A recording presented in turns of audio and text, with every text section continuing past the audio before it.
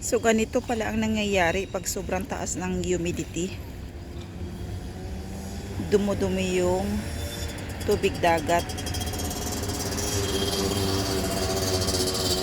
Yan, pag araw-araw mataas ang humid, so padumi ng padumi yung tubig.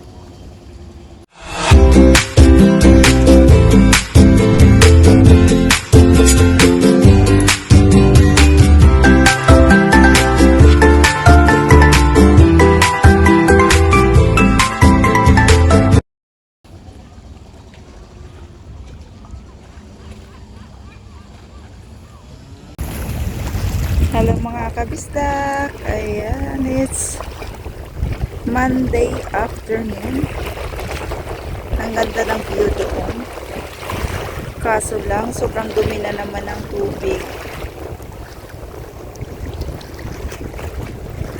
Wala ganong turista ngayon dahil kahapon katatapos lang ng football championship,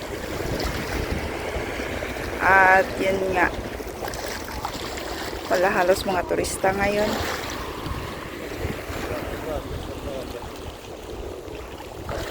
Ciao!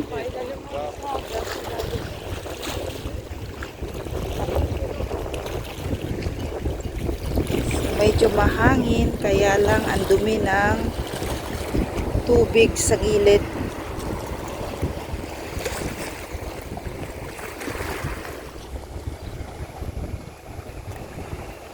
Maaliwalas ngayon yung panahon.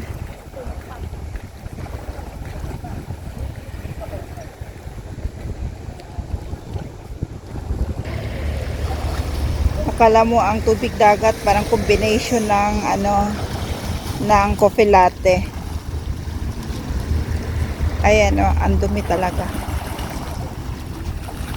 So para siyang may lumot-lumot na creamy ang kulay, brown creamy. Para nga siyang coffee latte.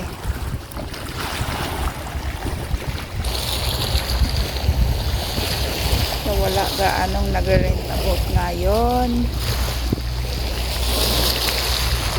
So umuwi ako ng maaga dahil wala kami gaanong guest. Hanggang 3 o'clock sana, sabi ko uwi na ako. Nag early 1 hour ako para makapaglaba tayo mga kabisda. Dahil sobrang busy natin. Whole day na naman ako bukas pala. At ngayon babalik ako split time. Babalik ako ulit mamaya. So ito yung mga boat na pwede mong i-rent. Yan, pwede dito 4, 6 kayo. So dito sa area na to medyo mahal ang rate nila. Compare doon sa Marina, nakita ko doon mga 15 euro lang. Dito 20. Ayan, Sunset and Dolphins 20 euro. Tapos kung gusto nyo naman yung ganito, yung sasakyan nyo, excursion, pwede naman din. Yung mga ganitong boat. So ayan, maganda tong mga boat na to. Nagbiruan kami ng isang may-ari ng boat dito. Sabi ko, ang dumi ng tubig. Sabi niya, maganda na to sa balat. May libre ng cream. So ayan, mga naglilipot sa Catarina. Ayan. Mahangin guys. And that's all for today. Thank you for watching. Sa mga hindi pa nakasubscribe, please click the subscribe button guys. At salamat sa support. Bye-bye.